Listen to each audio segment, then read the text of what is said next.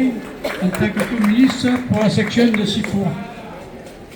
Les communistes ont depuis longtemps aidé toutes les initiatives permettant au peuple de pouvoir se libérer et être en mesure de se diriger en choisissant eux-mêmes leurs dirigeants. Depuis Munich 1945, après la défaite des fascistes allemands et européens, la promesse de ne plus voir cela a été signée par tous les vainqueurs de la Seconde Guerre mondiale. Notre position politique a toujours été de défendre les luttes contre les inégalités et le racisme. Nous avons eu dans nos rangs des dirigeants, en particulier en ce qui concerne l'oncle O, c'est-à-dire Ho Chi Minh, futur dirigeant de la guerre d'Indochine.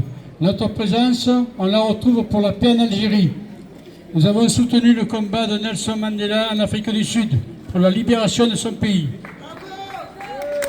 Nous devons arrêter l'escalade meurtrière et génocidaire à Gaza et dans tout le Moyen-Orient. On demande l'autodétermination du peuple palestinien. Nous dénonçons la présence de plus en plus importante des représentants de l'armée israélienne sur nos antennes de télévision, qui ne fait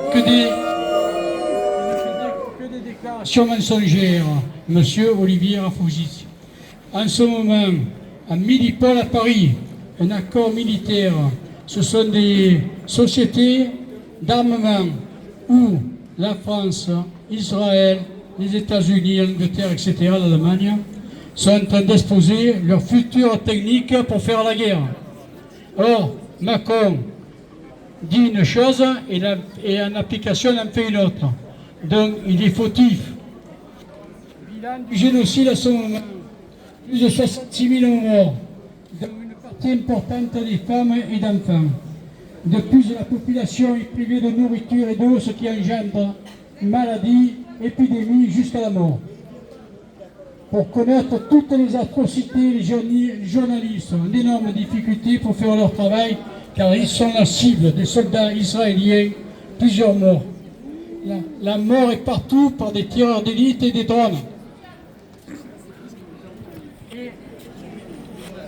Et bombardements, ce qui concerne tout le reste. Nos dirigeants parlent beaucoup, mais ne s'appliquent pas les fournitures d'armes pour Israël et qui passent par la France et l'Allemagne. Nos dirigeants, le premier d'entre eux, sont complices de ce génocide. Palestine vaincra, surtout Palestine vivra.